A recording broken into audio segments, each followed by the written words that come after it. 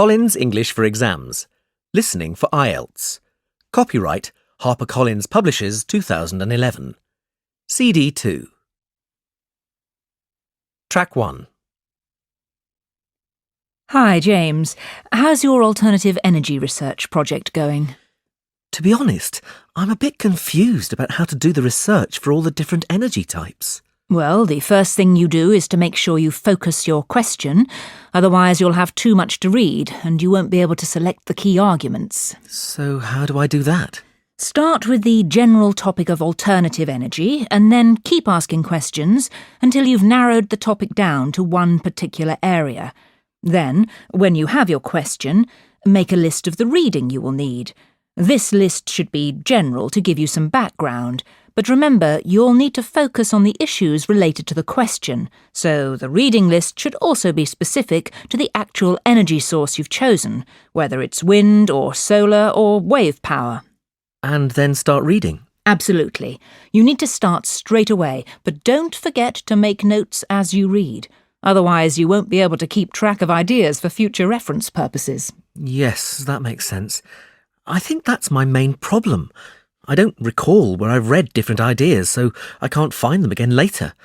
And my friends have warned me that not recording ideas in a system can really hinder your progress. Your friends are right. It's a common problem amongst students. You need a system. Anyway, once you've done the reading and made all your notes, you need to organise them so that you can analyse and think about what you've read.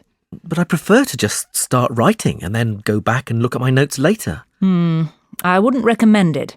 I think you need to give yourself more time to digest the material and arrange it into some kind of system ready for analysis in terms of relevance to your research question. Well, that's a great help. Thank you, Professor Jenkins. You're welcome. Come and see me again if you have any more problems. Track 2. Hi, Mary. How are you? I'm fine, thanks, John. How's your essay going? Not so good, actually. Would you be able to help me with it? Of course. What do you want to know? Well, just the type of information you're going to write about. I won't copy you. I just want some ideas to get me started. Well, Mr. Jones advised us to focus on just 2 or 3 forms of non-traditional energy for our evaluation. So I think I'm going to choose solar. It's fairly easy to evaluate. Are you going to explain both the positive and negative aspects? Well, Mr. Jones warned us not to get too involved in the ethical aspects of the topic, so I'm going to structure my essay by using the advantages and disadvantages of each energy form. That's why I also want to talk about biofuels. I think there are more disadvantages. Oh, I see what you're doing. Using the negative points of one to highlight the positive points of the other. That's a smart idea. And what about the third energy source? I was having difficulty choosing between nuclear and wind because they're both problematic, but I've decided to do nuclear for my presentation instead. Thanks, Mary. Chatting to you has helped me think a bit more clearly about my essay. That's fine. Good luck with it. Track 3. Hi there, guys. Nice to see you. And you. So, are we going to finalise what we're doing for the environmental science presentation today? I hope so. The presentation is next week. Actually, I wanted to talk to you about this because I think we need to take out some of the information we're including. Oh, really? Like what, Shirley? Well, I'd like to suggest taking out the background details. I think it's just too much information to fit into 10 minutes. But isn't it important to make sure the audience understands the context? I don't think so. And anyway, we could include the background details on the handout. OK, I'm with you on that. Chris, what do you think? Yes, OK, that's fine. I'll add the details to the handout. Anything else? Yes. I'm not sure whether the solar energy statistics will be too much for the audience to take in. There's a lot of numbers and graphs. Can we put the statistics on a handout too? I see your point. We don't want people looking at lots of numbers while we're speaking. But without the statistics, I don't see how we can support our main ideas. Actually, you're right, Tom. I hadn't thought about that. In that case, can we delete the diagrams? It's going to take too much time to explain them. Let's think about that a bit more. If we have to choose between taking out the statistics or the diagrams, I think we should opt for the diagrams. They're less crucial to the presentation. What do you both think? I think it's going to work much better than the original plan we had. Absolutely. We won't have to worry about talking for longer than 15 minutes if we remove the diagrams and focus on the main ideas and statistics. Shall we all meet again tomorrow to finalise the details?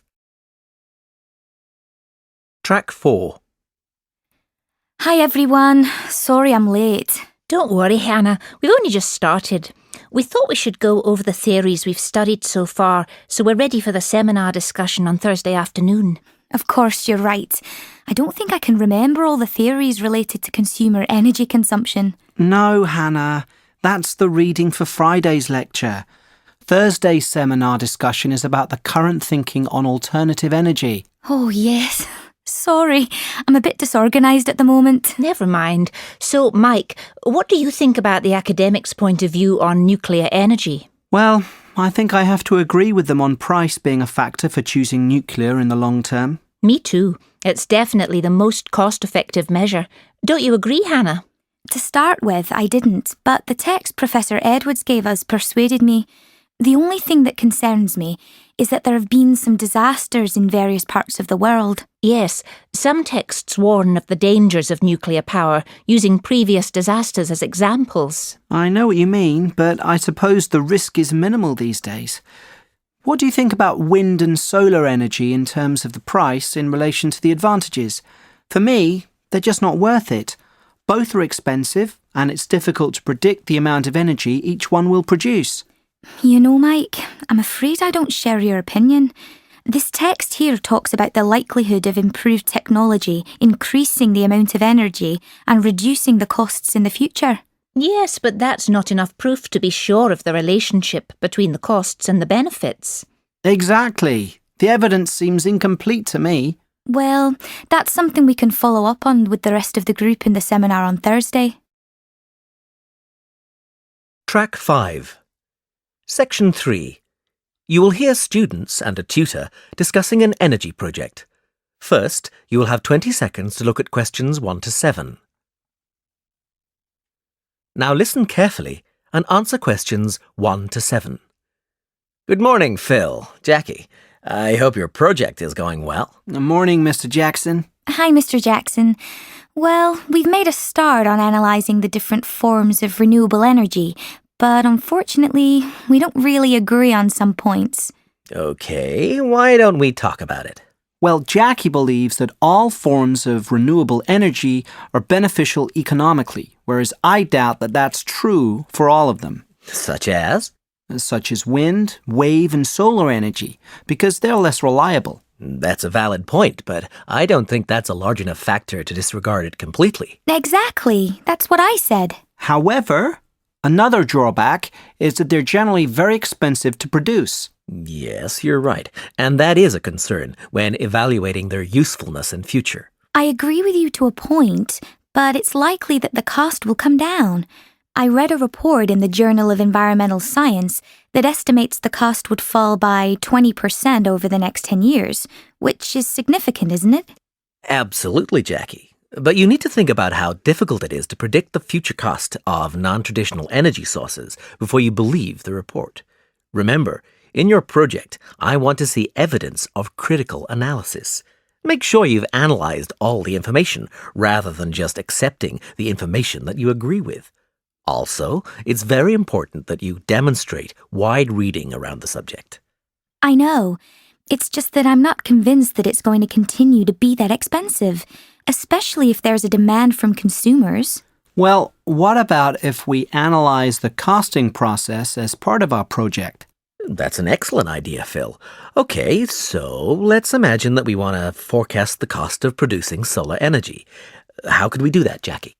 Well, I think we'd have to start by working out how many hours of daylight there are in the UK per year.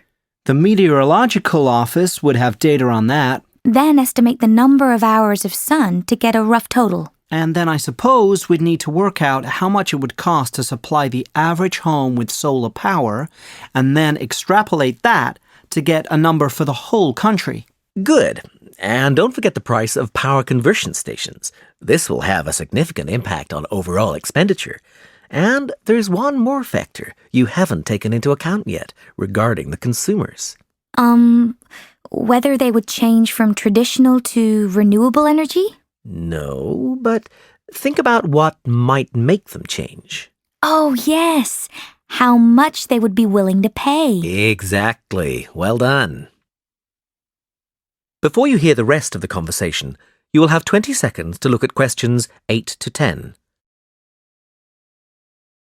Track 6. Now listen and answer questions 8 to 10. So, our project is going to cover 3 main areas. Firstly, comparing the main forms of alternative energy, solar, wind, wave, and biofuels in terms of production costs. Secondly, we'll take solar energy as an example and do a cost prediction. And lastly, we'll analyse whether they're likely to replace traditional fossil fuels in the future. That sounds like a comprehensive project with a good focus. Now, what data are you going to use and what approach will you use for the analysis? Now that's something we do agree on. We want to use the reports you gave us in our last lecture and some statistics from the Government, Environment and Energy Department. In terms of analysis, we're going to use a cross-referencing method where we compare each of the government reports with the Robertson report and highlight any differences. Then we'll analyse these to see why the differences exist and where more research needs to be done. That is the end of section 3. In the exam, you will have half a minute to check your answers. Track 7. OK, so to finish, I want to look at the resources available for researching UK census information for the essay you'll be writing at the end of this module. There are many resources for the study of the civilian population and family history out there, ranging from public to academic to commercial. Some are available for the public to access free of charge, whilst others are only available by payment of fees or restricted to academics and subject to registration. Some are more appropriate to family or genealogical investigation, others to historical population research. So, if we start at the beginning of the list on your handout, you'll see firstly there is the Family Records Centre based in central London. The centre and their website are available to anyone in the country who has an interest in researching demographic data. Their work might be useful to give you an overview of the general sorts of data and services available. Unfortunately, you do have to pay a registration charge of £20 for a year's access to their material. The next resource on the list is Genes Reunited, which is mainly for people who want to find out more about their ancestors. There are some good interactive tools on this website, especially the one which shows you how to manipulate the National Census Association's statistical data. Although Genes Reunited is very useful, it is used by a range of businesses and therefore accessing the site will cost you. Now, the third item on the handout is the National Census Association, which contains the most up-to-date data as it's compiled from official government census data every 10 years. Both companies and individuals are able to access all their resources without payment, so this may be a good place to start your research. Finally, I'd just like to draw your attention to 2 journals at the bottom of the handout. The first one, Journal of Historical Migration, is not actually a journal, but a collection of articles on a website. Anyway, you might like to take a look at it because it has several articles on the importance of recording census data from a historical research perspective. This site is available to the general public, so you don't have to pay or register. The other one, the Journal of Social Demography, is only available using your university online journal's login details, as it can only be accessed by those studying or researching in higher education. Right, well, that should be enough reading for you. Track 8.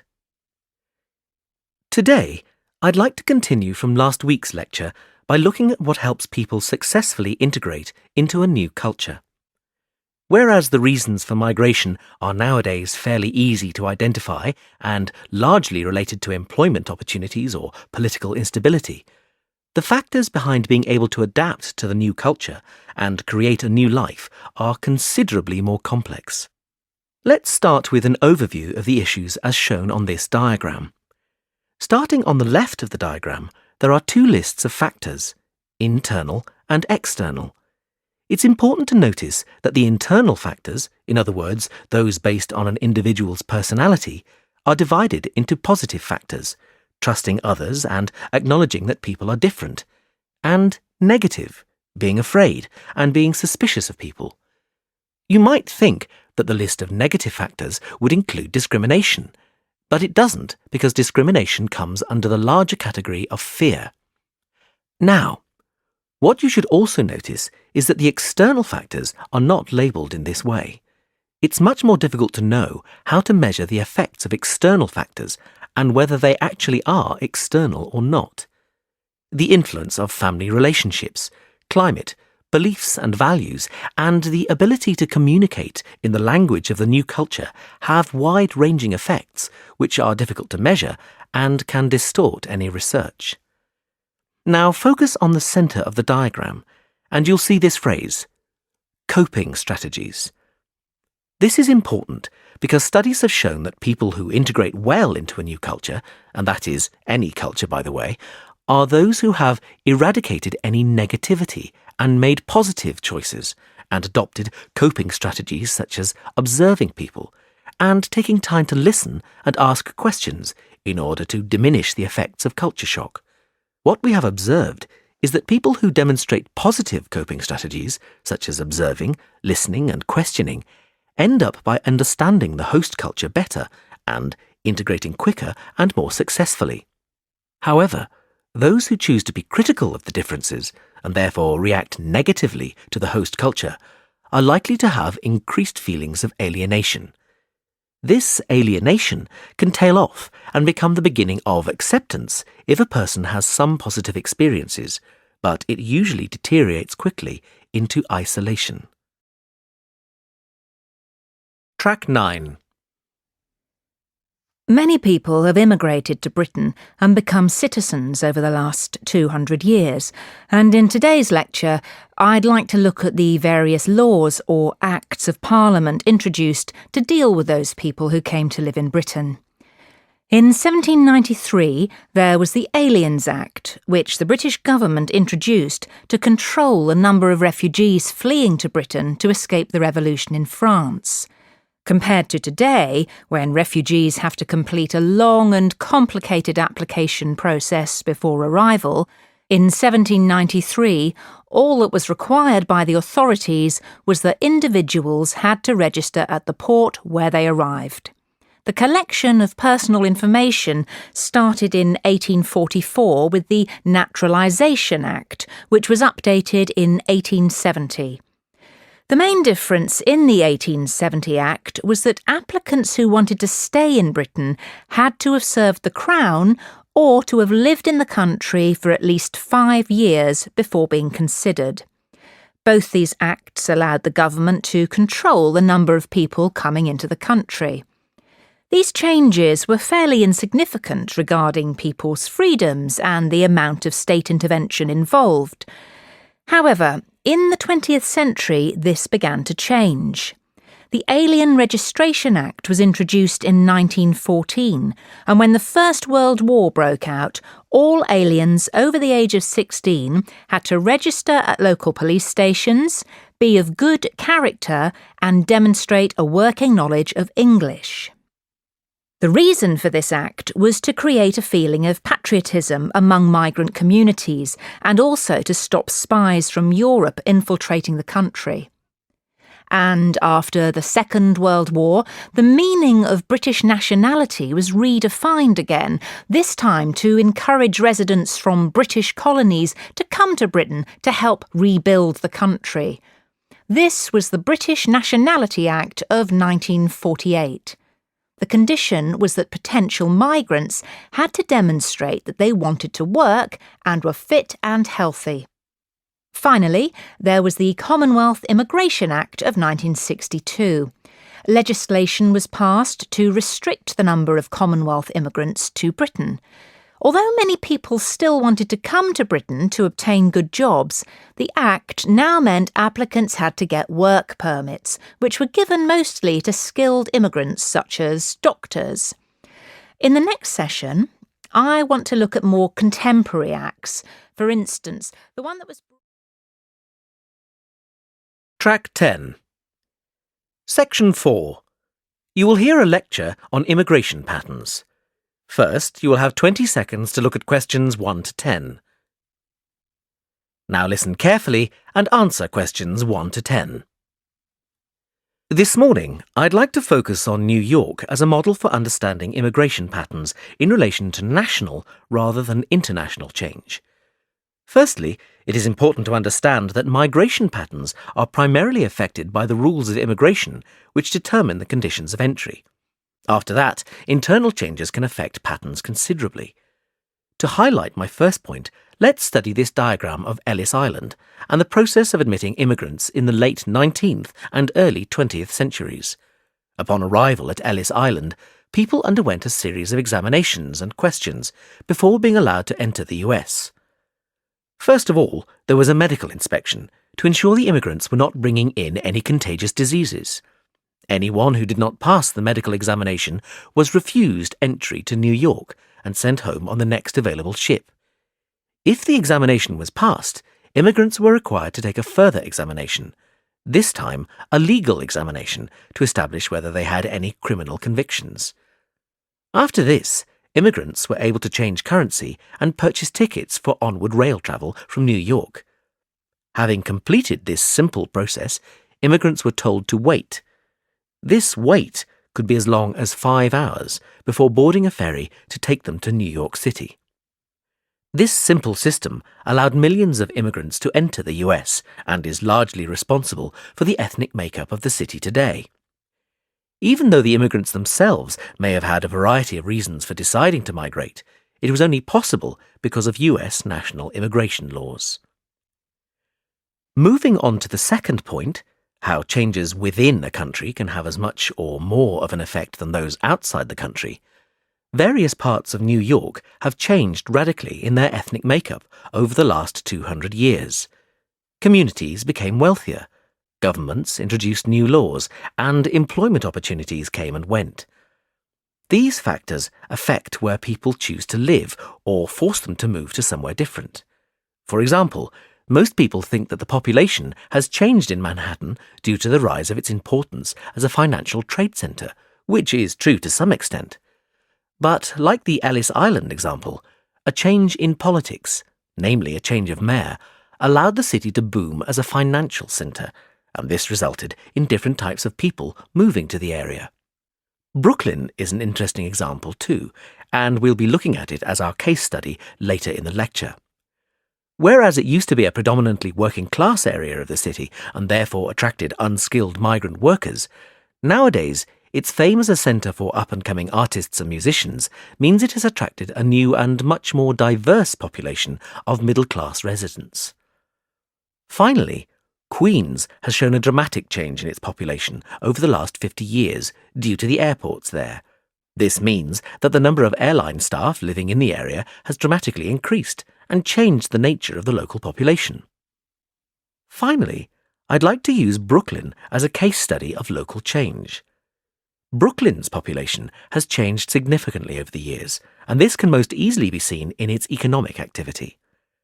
Tracing the Brooklyn industries back from the current financial services companies to manufacturing in the 1950s to shipbuilding in the 1900s, we can map this onto average wages and therefore the type and class of resident. And this has affected the population density too, which has been steadily increasing over the past 100 years from 1.5 million in 1900 through to 2 million in the middle of the 20th century to the 2.3 million inhabitants today. In fact, Brooklyn is suffering from considerable overpopulation now. But this large population increase was due not to employment, but the building of the subway, which linked Brooklyn to other areas of New York. Prior to this, at the beginning of the 20th century, the only way of transportation was the Brooklyn Bridge. Another factor which traditionally increases the desire for the middle classes to live in a particular place is the extent and type of local heritage, especially for those people with young children. In Brooklyn, this is evident in the increase in population after the construction of Coney Island. The modern-day equivalent of this is the restoration of Prospect Park, which has brought more middle-income families into the area. That is the end of the listening test. In the exam, you will have half a minute to check your answers. Track 11. Excuse me, where can I fill up my water bottle? There's a water cooler just inside the main doors. Is this your first time here? Yes, I just had my induction last week. I'm Anna. Hi, I'm John. If you have any problems and I'm around, please just ask. Have you been coming here long? Yes, I've lived here all my life, just a couple of miles away. I started coming here when I was just a kid. I suppose I'm quite a faithful member. My brother and father come here too. Wow, that's impressive. Thanks. I enjoy it so much because it basically gives me so much energy for the day. It's unusual that I'm here at this time. I work pretty hard, and so I try to fit it in before work usually. I start work at 7, so I usually get in here by about 5:30. Oh, it must still be dark at that time. Yes, it is. That must take some willpower. It does, but it's worth it. You should try an early session. It really makes you feel good about the day. How often are you planning on coming? I was thinking maybe just twice a week at the beginning and then build up from there. What do you think? That's a good idea. When are you thinking of coming? Probably evenings. Is it generally very busy then? It can be.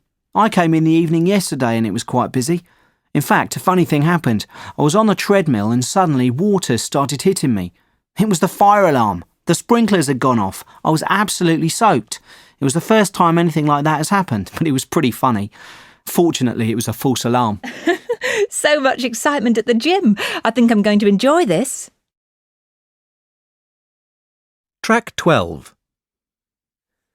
Thank you for taking the time to see me today, Mr. Jones. I'd just like to take a minute to outline our new step machines. No problem. I'm interested in getting a few. We don't have any in the gym yet. That's great. Well, let me talk you through the build of the step machine. If you have a look at the sales brochure, you can see what they look like on page 14. OK. These machines are 2 meters tall, so they tend to stand out. The tallest part is the holding frame. At the top there, we have the main grips. These grips, when they are held, monitor heart rate, so that the user can check they are working out at their optimum heart rate. That's great. And where does this rate show up? They'll be able to see it on the screen below. This screen is fully digital and shows not only their heart rate, but the number of steps they've taken and the distance they've travelled. On the panel there, they also have a selection of workouts. They can set it by distance or time, or by the amount of calories they want to burn. They can even set it to climb a famous mountain or hill, or walk up the Leaning Tower of Pisa, for example. That's great. I like those more fun settings. And the great thing is you can have people climbing up Mount Everest, for example, every day for 10 years, and this machine will still be in perfect working order. It's made to last. It not only has a metallic spine, but durable pedals made from the most high-tech materials on the market. And the machine works via a wheel in the centre. That's unusual, isn't it? Yes, it is, but we find a central wheel lasts much longer than a pump system. The central wheel is attached to a bracket which ensures each step movement is as smooth as the last. The final feature I should point out to you is the side supports, which ensure safety for all machine users. If users feel tired, they can hold on to these and slow down their stepping. I see. Well, I think I might take 3 of them. Track 13. OK, Alice, I just need a few more details to start your membership. Your full name is Alice Wilson, yes? No, Watson. Oh, yes, I'm sorry. Which age range are you? Well, I'm just out of the 16 to 25 bracket. I'm 26 now. Great. 26 to 35. Yes. And do you have any health problems which may affect your exercise? No, I don't have any health conditions. I'll put none. Do you do any exercise at the moment? Not much. I exercise a couple of times a week. And what do you do? Well, I used to play tennis, but I stopped. Now I only go swimming. OK. And why have you decided to join up?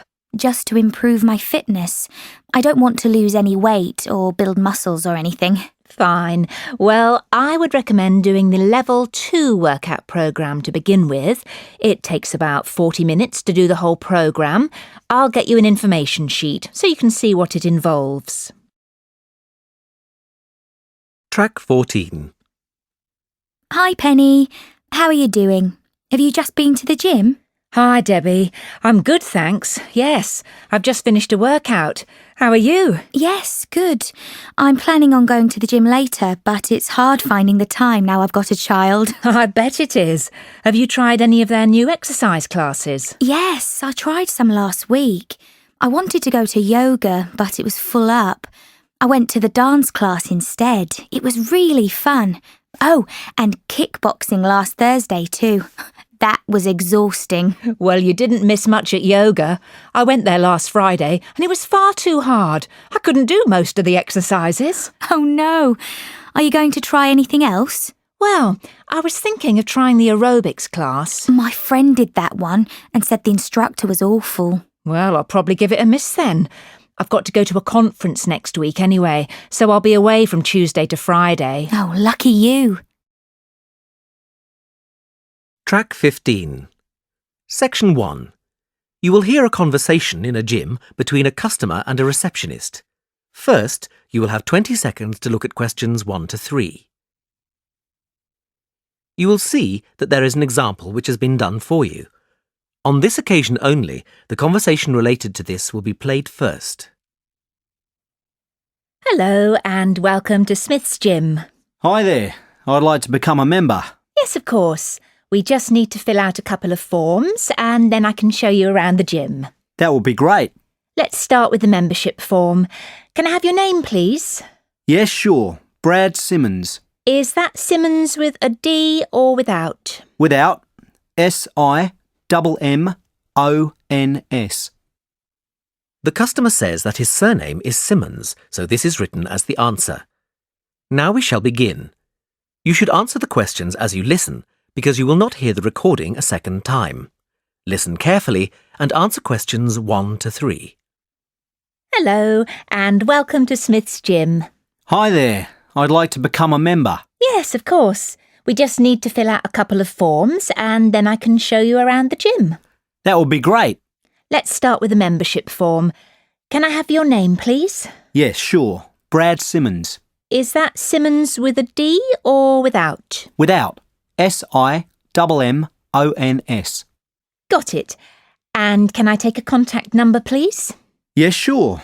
It's 04983 555 21. OK. 04983 55531. No, it's 21 at the end. Great. And do you have an email address? Yes, brad07@elemnet.com. That's ELEMNET.com. Right. Now, we've got 3 membership types here. Bronze, which is just off peak and costs £21 a month.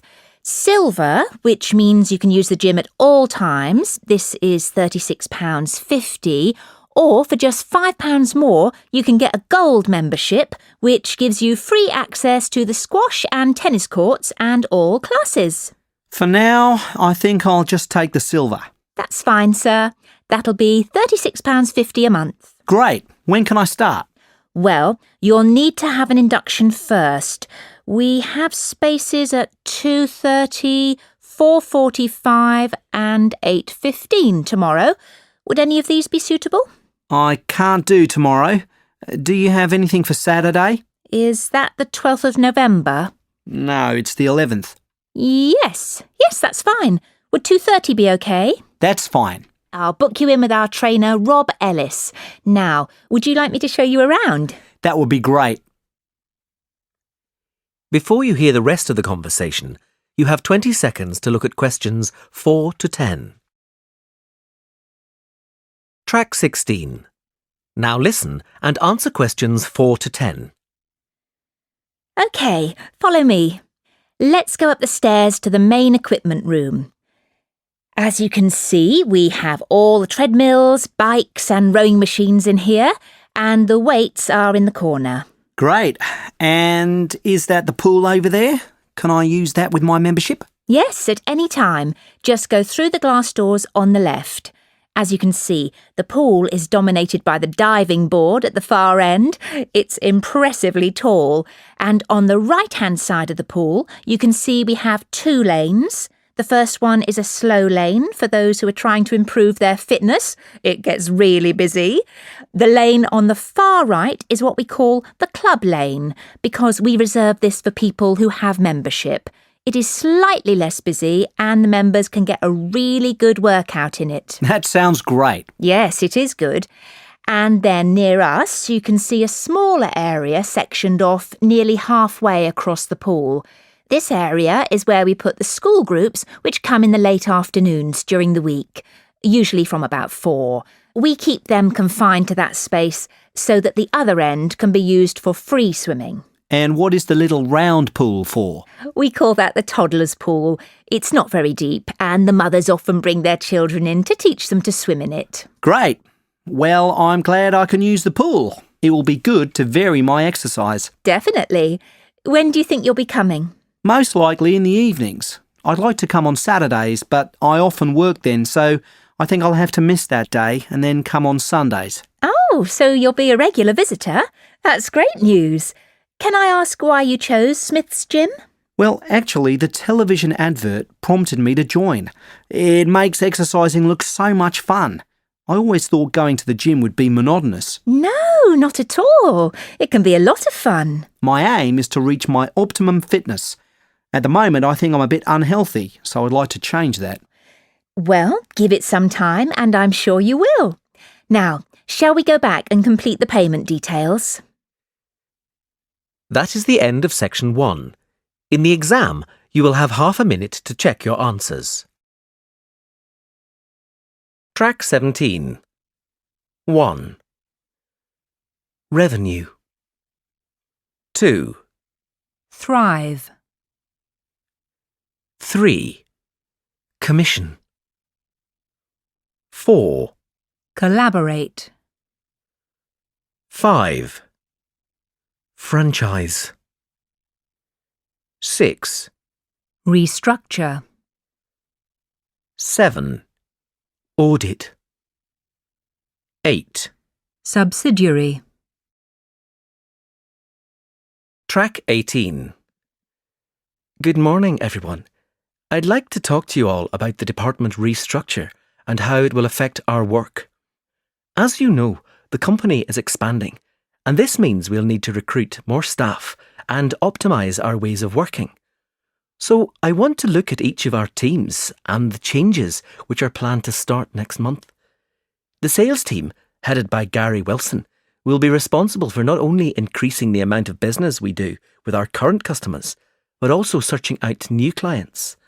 As this is likely to be a labour-intensive task, Gary's team will need more staff, which is where Linda French's human resources team comes in. Linda and Gary will collaborate on finding and employing 20 new sales members as soon as possible. However, not all staff will be recruited from outside. If this company is going to continue to thrive, each of the current team managers will need an assistant, and these positions will be internal appointments. Human Resources are sending out an email to all staff this week, asking them if they would like to apply for one of the new positions, and interviews will begin next month. Now, in order for the sales team to increase revenue, the research and development team have to come up with some innovative products which will be better than those offered by other companies. Therefore, Zoe's team will start a month-long project to learn more about what our competitors make to help inform our design process. Their target will be to design and create 2 new ranges of products this year. As always, if any of you have an idea for a product, please contact Zoe about it. All ideas are welcome.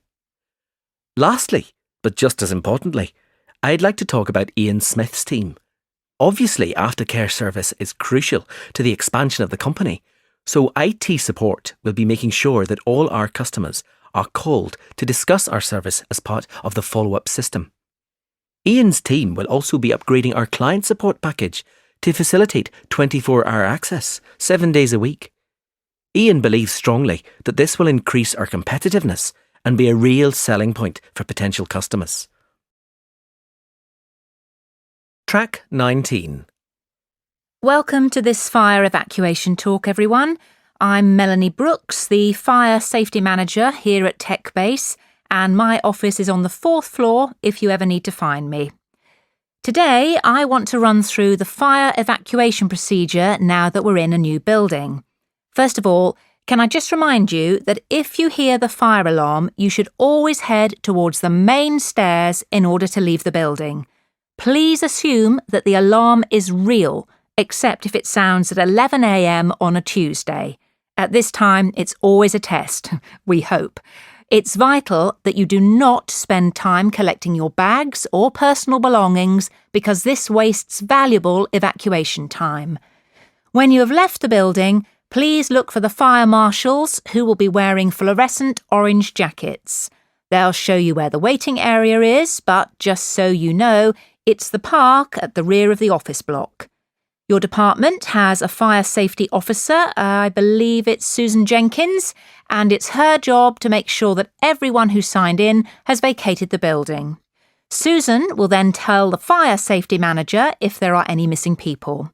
Can I also remind you that you mustn't enter the building again until the fire safety manager, in other words, me, tells you that the situation is no longer dangerous.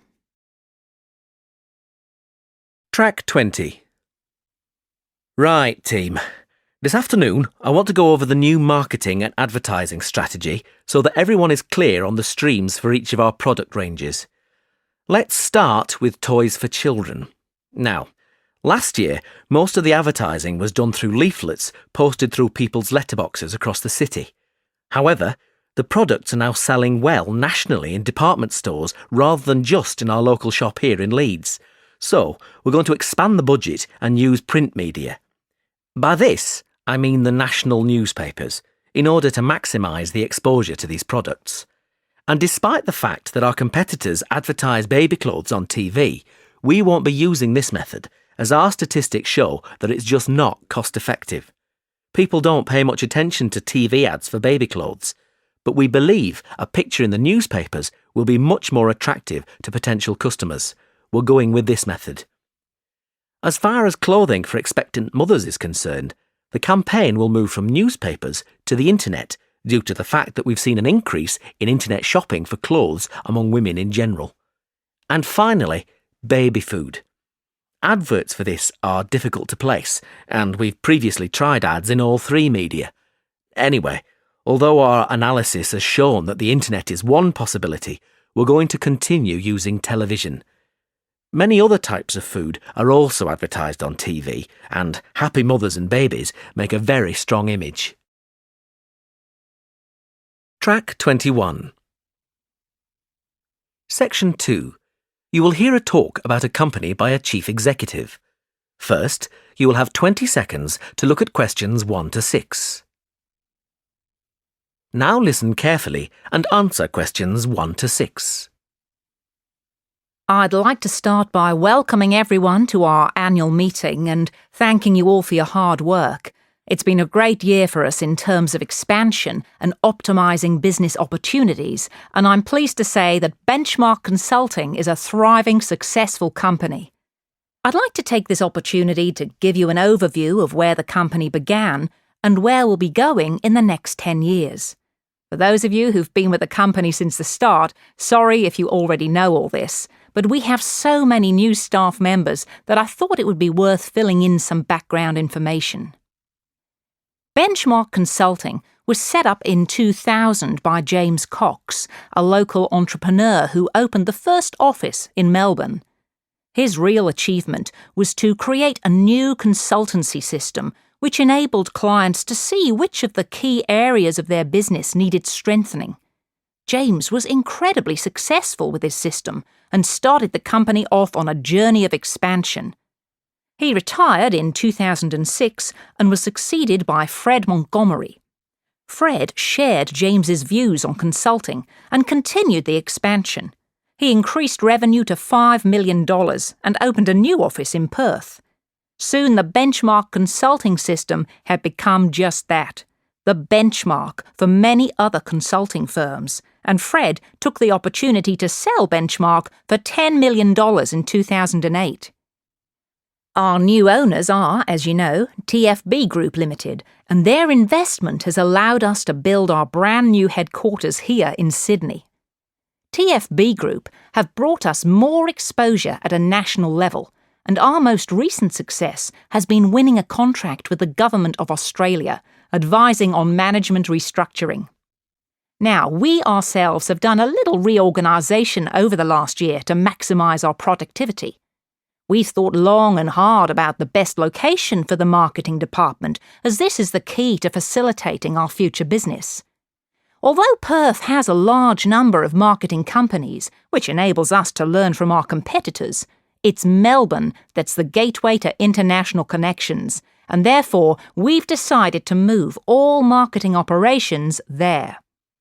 In terms of professional development, we wanted to optimise the training programs available to our staff because training is vital if we want to remain competitive.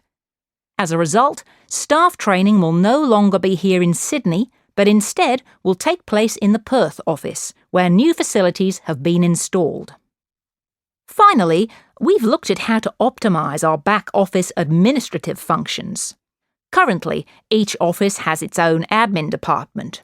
However, this is proving to be less efficient than we would like. In order to resolve this situation, all these functions will now be centralised here in Sydney. Before you hear the rest of the talk, you will have 20 seconds to look at questions 7 to 10. Track 22. Now listen and answer questions 7 to 10. So, what does all this mean for the future? Well, after 10 years, I've decided that Benchmark needs a new vision for the future. I think it's time for us to divide up parts of the business into smaller units. Therefore, over the next 5 years, I aim to set up 2 small subsidiary companies in order to focus on international expansion in Europe and Asia. There are many organisations in emerging markets which could benefit from our experience and skills. Which leads me to the next point for future development, that of increasing our workforce. It's become clear that all our departments are understaffed, so we'll be taking on more employees over the next year. And the really good news is that to make us a desirable employer, all positions, current and future, will receive a salary increase of 10%. Lastly, I know that some people are worried about the financial aspects of having to move to another city as part of the restructure. So Benchmark will be providing a relocation package to all employees thus affected. This is because we would like you all to remain with the company for the foreseeable future. That is the end of section 2. In the exam, you will have half a minute to check your answers. Track 23. 1. When I was living in Ireland, it was quite difficult to understand the local accent. 2. Do you think it's important to sound like a native speaker? 3. I would have learnt Latin, but it wasn't an option when I was at school. Track 24. 1. Many of the dialects in the world are gradually dying out. 2.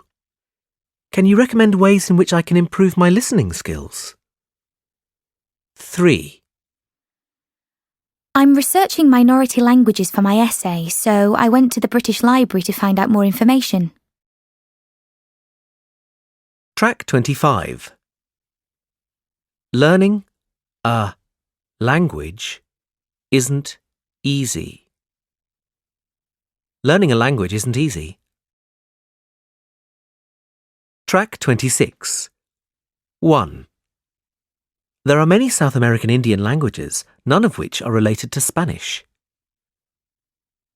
2. Studying accents is a good way to understand if a language is changing or not. Track 27. 1. I stopped taking Greek lessons soon after I left school.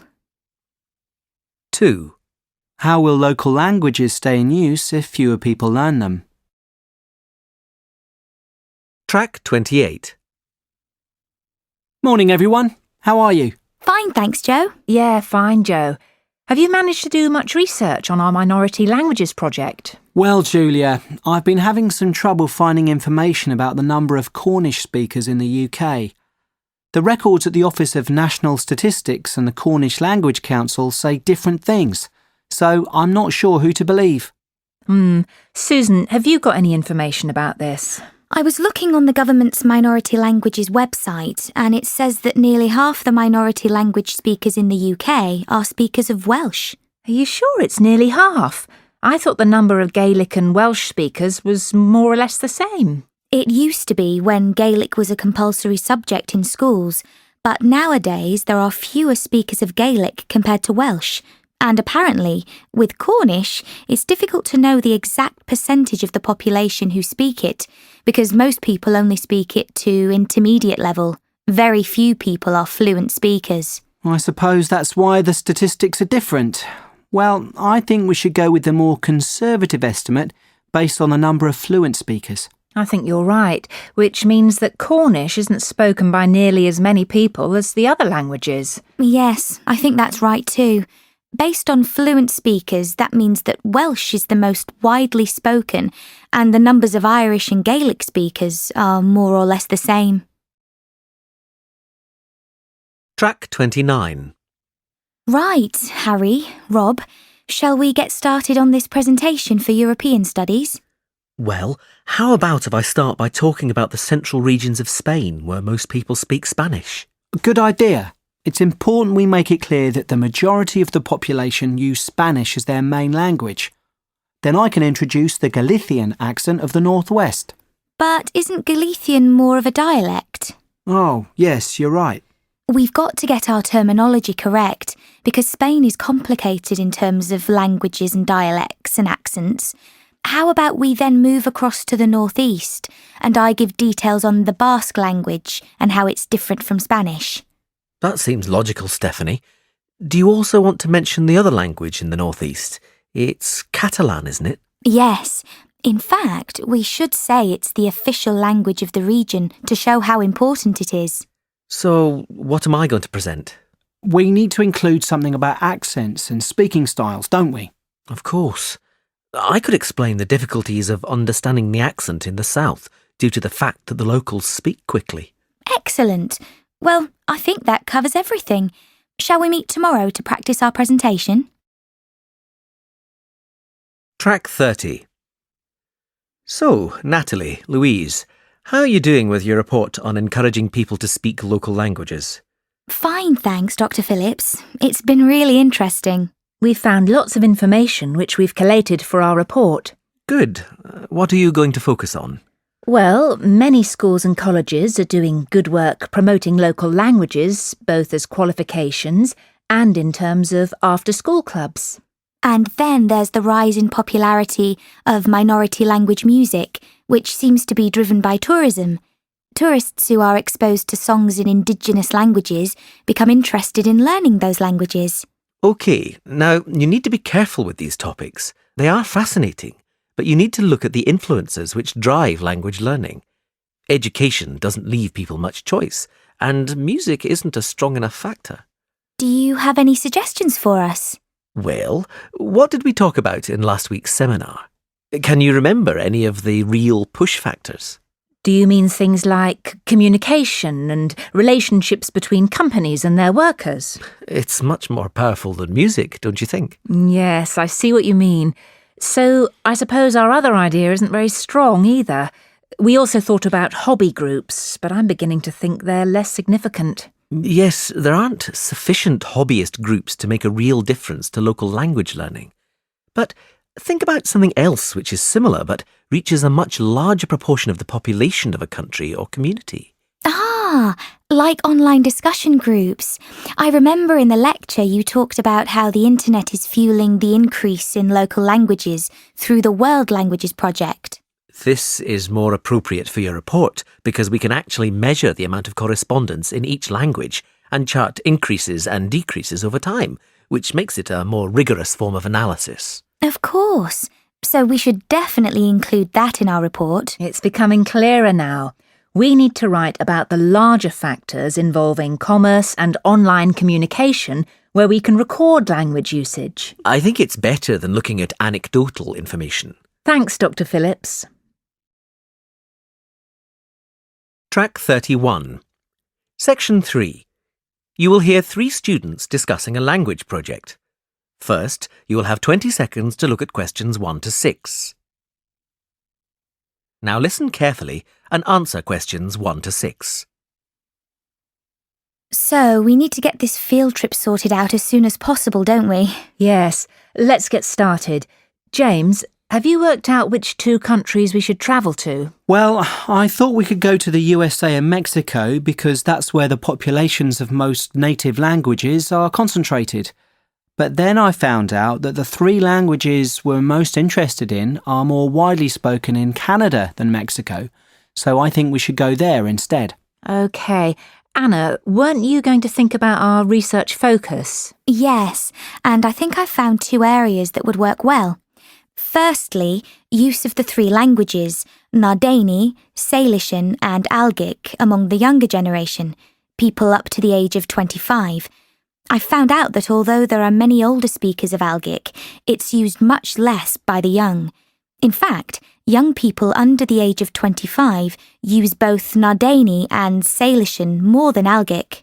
That's interesting. That means that native language use isn't really being affected by the older generations anymore. So what's the other focus area then, Anna? Well, it would be good to try to find out what affects changes in native language speaker populations. You mean things like family life and the influence of popular culture or tourism? Yes, areas like that, but not tourism or culture because they're too general. I think we should look at whether family has an impact in terms of passing on native language use, and possibly the effects of government language policy too. Government figures can be deceptive, but they're still worth looking at. Maybe we should also focus on something like job creation and work statistics and the number of people who leave the USA to live in another country instead. Yes. I think emigration would be as useful as language policy. OK then, let's focus on those 3 as well as what happens in families. Before you hear the rest of the conversation, you have 20 seconds to look at questions 7 to 10. Track 32. Now listen and answer questions 7 to 10. Well, shall we look at our route now? Most of the speakers we're looking for are in California, so we could start there. We can spend 2 weeks travelling around and meeting people to get some background information, and then start collecting data. What do you think about beginning in the southwest corner of the state and visiting the Barona Reservation? That's a good idea. We'll be able to get some interviews with native language speakers there. And then we could go to the Eastern Mountains to visit the local education authority of North County. They've got a native language project for school children. Why there? Wouldn't it be better to go to the education department in San Diego? It's bigger. But they focus more on Spanish and English bilingualism and less on native languages. In that case, the North County Education Authority will be more valuable, so let's do that.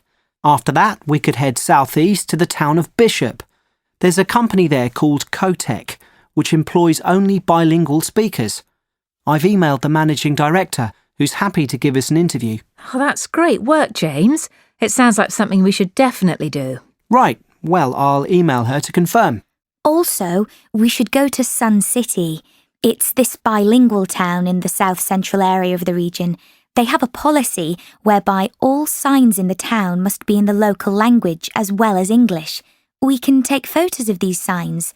They'll make good visuals for our report. But won't that be intrusive for the people who live there? No, they're used to it. The village is used as a model for other communities who'd like to do the same thing. In that case, let's add it to the itinerary. Track 33. Practice exam. You will hear a number of different recordings and will have to answer questions on what you hear. There will be time for you to read the questions and instructions, and you will have a chance to check your answers. All the recordings will be played once only. The test is in 4 sections. At the end of the test, you will be given 10 minutes to transfer your answers to an answer sheet. Now turn to Section 1. Section 1. You will hear a customer asking for help in a shop. First, you will have some time to look at questions 1 to 7. You will see that there is an example which has been done for you. On this occasion only, the conversation related to this will be played first. Excuse me, where are the dresses? They're at the end of this aisle, on the left. Can I help you with anything? The assistant says the dresses are on the left, so left is written as the answer. Now we shall begin. You should answer the questions as you listen, because you will not hear the recording a second time. Listen carefully and answer questions 1 to 7. Excuse me, where are the dresses? They're at the end of this aisle, on the left. Can I help you with anything? Yes, maybe. I'm not from around here, so I don't know this store. Well, I can help you with anything you need. Fantastic. I'm actually down here for my brother's wedding, and I need something to wear. I've just started a new job, and I haven't had time to get anything yet. I'm looking for something smart. Maybe a new dress. Well, what about this one? I think it's too hot for long sleeves. Yes. Well, this one has shorter sleeves, and it still has the bow, which I think is a nice detail. Or there's this patterned one. I'm not keen on a pattern. I think I'll go for the one with the bow. Do you have it in a size 10? Let me have a look. Yes, here. Great. I need a hat, and then I can try them on together. What kind of hat are you looking for? What about this one with the flower? Yes, but if I may suggest, a taller hat would add to your height. Really? Yes, try this one. Oh, I see what you mean. We have this style with the single flower or with a small bunch, and it comes with a wide or narrow brim. I like the narrow brim and just the one flower. Can I have a blue flower? I'm afraid it just comes in cream. Well, it goes with the dress anyway. Great. I'll place an order and have the hat sent to you. It'll take about 2 days to be delivered. Is that okay? Yes, that's fine. I need to take down a few details for delivery. Can I take your name? Ellen Barker. And the delivery address? It'll be my brother's address. It's 14 Brightwell Avenue. 14... can you spell that, please? Yes, BRIGHTWELL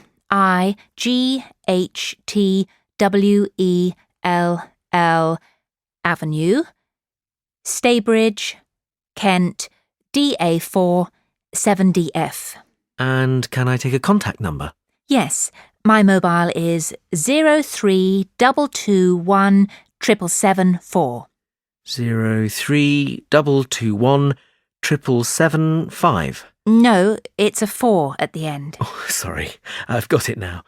We can deliver on May the 12th. We can't specify an exact time, just morning or afternoon. Any time in the early morning is fine. And how would you like to pay? Visa. Great. That comes to £32.25. OK, thanks. Before you hear the rest of the conversation, you have some time to look at questions 8 to 10. Track 34. Now listen and answer questions 8 to 10. I'm just going to try this dress on and then look for shoes. Where are the changing rooms? They're to the left of the store. right next to customer services. And I want some shoes and accessories too. Where can I find them? The accessories are in the women's wear department. The shoe department is right at the front of the store, between menswear and home furnishings. Oh, no, sorry. We've just moved the shoe department for the summer season. It's now very near the changing rooms, actually, straight in front of them. Thanks so much for your help. And where can I pay for the other things? The cash desk is at the front of the store, by the menswear. Thanks. That is the end of section 1. You now have half a minute to check your answers.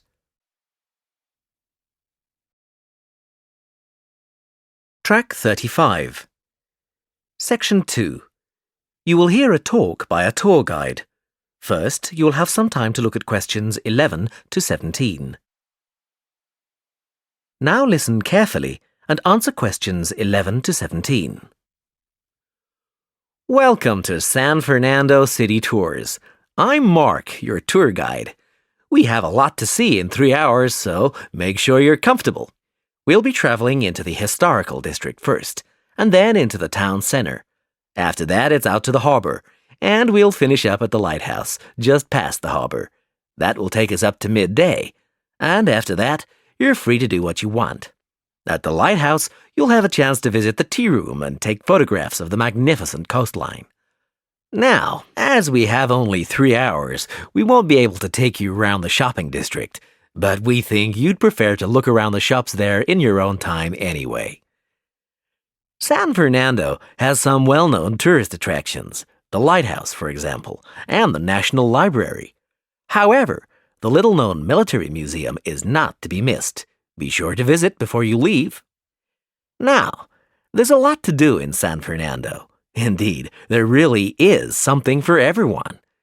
For those who love the water, I can recommend a trip on the Seafarer, one of the most famous boats on the San Fernando River. It does an evening trip with a 3-course meal included. It's great fun for everyone, but especially for young people in their teens or 20s. After 9, there's a disco on the boat, and it gets really lively. Then there's a climbing wall near the town center. It's incredibly popular, with a large wall for expert climbers and a smaller wall for novices. There's a junior wall and a creche, so it's a great day out for those of you with kids. And if you like walking, there's some great walking tours. The City Sights tour is highly recommended, as is the walking tour by the coast. But that one's only for the fit, not really suitable for children or the elderly. For more mature people, or those less able to get around, I would suggest a tour around the vineyards. It can be done in the luxury of a coach, and it's a wonderful way to explore the region's wines. Before you hear the rest of the talk, you have some time to look at questions 18 to 20. Track 36. Now listen and answer questions 18 to 20. Naturally, there's a charge for all these attractions, but you can get 15% off if you have an Explorer Pass. If you don't have a pass but would like one, the driver here has application forms. Just ask him for one and fill it out while on the tour. Then you hand it into the tour office. Normally, it costs $10, but this year it's just $7. When you hand it in, you'll get your picture taken for the card on the spot, and then your card is ready to use. Remember to show it whenever you pay for anything. The discounts apply not just to tourist attractions, but some bars and restaurants. Basically, everywhere you see a red Explorer symbol. We're coming up to the historical district now. If you'd like to look at... That is the end of section 2. You now have half a minute to check your answers. Track 37. Section 3. You will hear 2 students and their tutor discussing a wildlife presentation. First, you will have some time to look at questions 21 to 26. Now listen carefully and answer questions 21 to 26.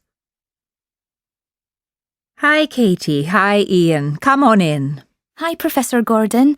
We wanted to talk to you about our wildlife presentation next week. Have you decided how to organise it? Yes, Professor. At first, we were going to focus on the cat family, but then we decided to talk about nocturnal animals instead. Yes, good idea. And how is your planning going? It's going well. We think we have enough material for 20 minutes. The advantage is that there are so many visual aids we can use. We found lots on the internet which we think will be really interesting for people. The problem is that this topic has been hard to narrow down. If anything, we've got too much information for just 20 minutes. How do you think we could narrow it down further?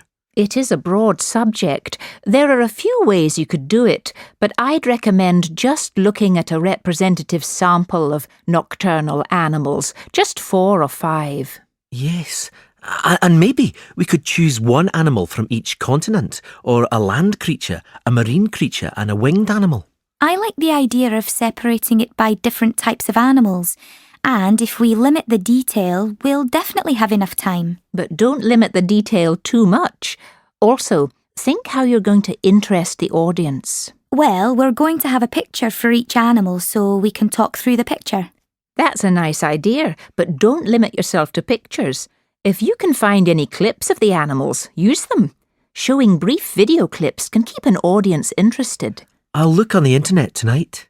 And think of questions to ask your audience. People like to be involved. Yes, that's a great idea. Anyway, Professor, we've been practicing our presentation and we'd like to show you a small section. Is that okay?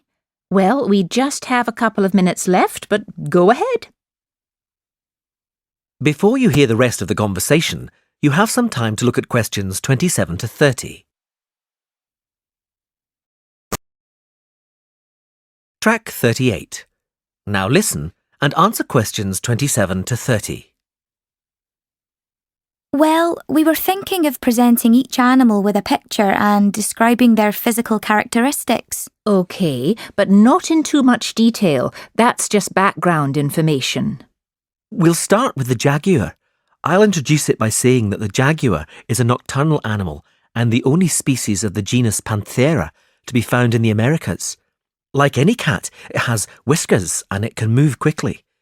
Its spine has great movement, meaning a jaguar can take long strides, sometimes up to 5.5 meters. This can make it a deadly predator, as you can imagine. Moving on to the fur, its fur is quite distinct. The markings are like black donut-shaped spots on its otherwise yellow fur. People often confuse them with a leopard for this reason. Now, the tail is interesting. Although people think that the tail has stripes on it, the fur on the tail actually is similar to the body, with black circles around the lower section. The jaguar is generally a creature to be feared. Oh yes, I should have mentioned this earlier. Sorry, like most cats, it has sharp, retractable claws.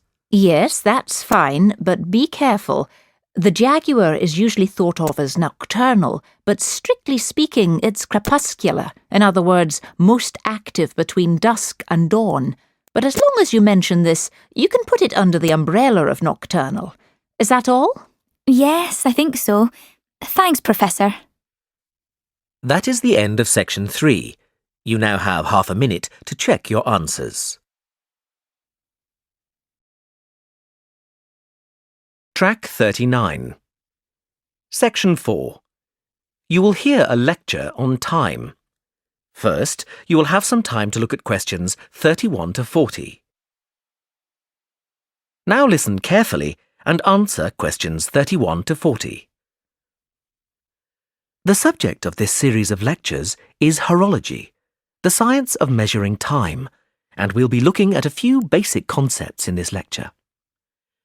The measurement of time has come a long way since ancient times. It began with such devices as the sundial, where the position of the sun's shadow marked the hour.